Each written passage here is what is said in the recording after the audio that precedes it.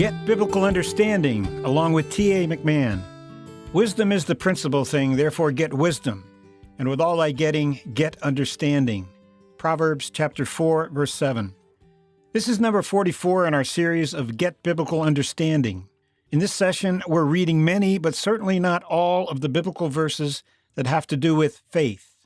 Without faith, it is impossible to please God, for he that comes to God must believe that he exists, and that he is a rewarder of them that diligently seek him. Biblical faith is the absolute confidence or trust in God's character and teachings, which he has revealed in his word.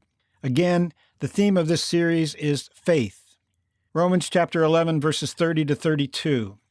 For as ye in times past have not believed God, yet have now obtained mercy through their unbelief, even so have these also now not believed, that through your mercy they also may obtain mercy.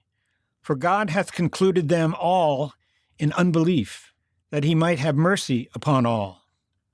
Romans chapter 12, verse 3. For I say, through the grace given unto me, to every man that is among you, not to think of himself more highly than he ought to think, but to think soberly, according as God hath dealt to every man the measure of faith. Romans chapter 12, verse 6. Having then gifts differing according to the grace that is given to us, whether prophecy, let us prophesy according to the proportion of faith. Romans chapter 13, verse 11. And that, knowing the time, that now it is high time to awake out of sleep, for now is our salvation nearer than when we believed. Romans chapter 14, verses 22 to 23. Hast thou faith? Have it to thyself before God. Happy is he that condemneth not himself in that thing which he alloweth. And he that doubteth is damned if he eat, because he eateth not of faith. But whatsoever is not of faith is sin. Romans chapter 15, verse 13. Now the God of hope fill you with all joy and peace in believing, that ye may abound in hope through the power of the Holy Ghost. Romans chapter 16, verses 25 to 26.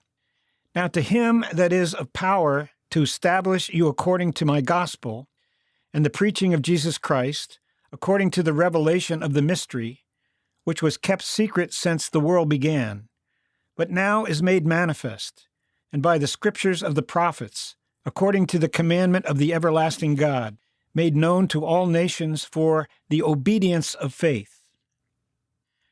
1 Corinthians chapter 1, verse 2. For after that, in the wisdom of God, the world by wisdom knew not God.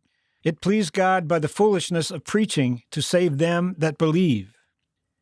1 Corinthians chapter 2, verses 4 to 5.